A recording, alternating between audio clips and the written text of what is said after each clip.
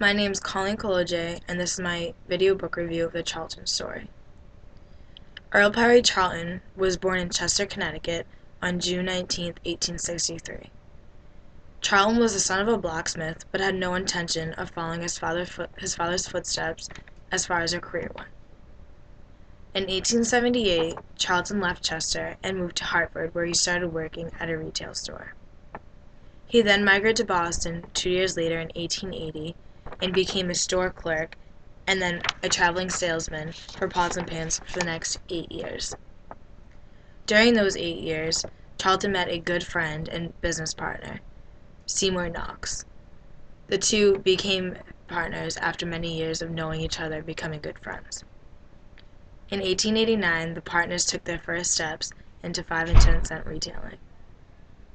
In the years before this, Frank Woolworth, who happened to be Seymour Knox's first cousin, spent years perfecting the concept of 5 and 10 cent stores. After many years of failing and not having successful stores, he finally opened up his first successful store in 1879 in Amish country.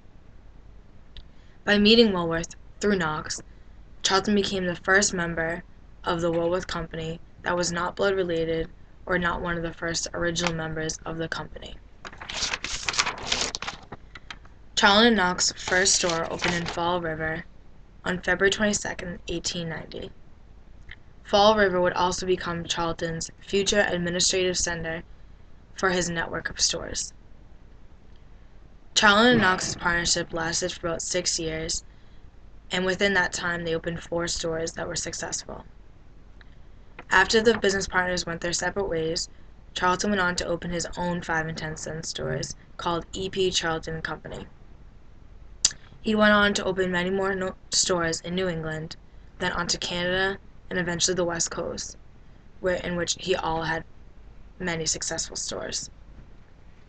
In 1912, Charlton and some friendly competitors merged under the F.W. Woolworth Company. They all owned 596 stores total. As a director in the company, Charlton became a multi-millionaire and the vice president of the largest variety store chain in the world.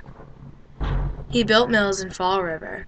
The first one he built was in 1910, which happened to be the same time that Fall River was one of the leading textile cities in the world. Also another venture that was very successful. Charlton had an extremely successful career in all the different aspects of work that he did, with the stores, the mills, and the clothing. Charlton died in 1930 at the age of 67.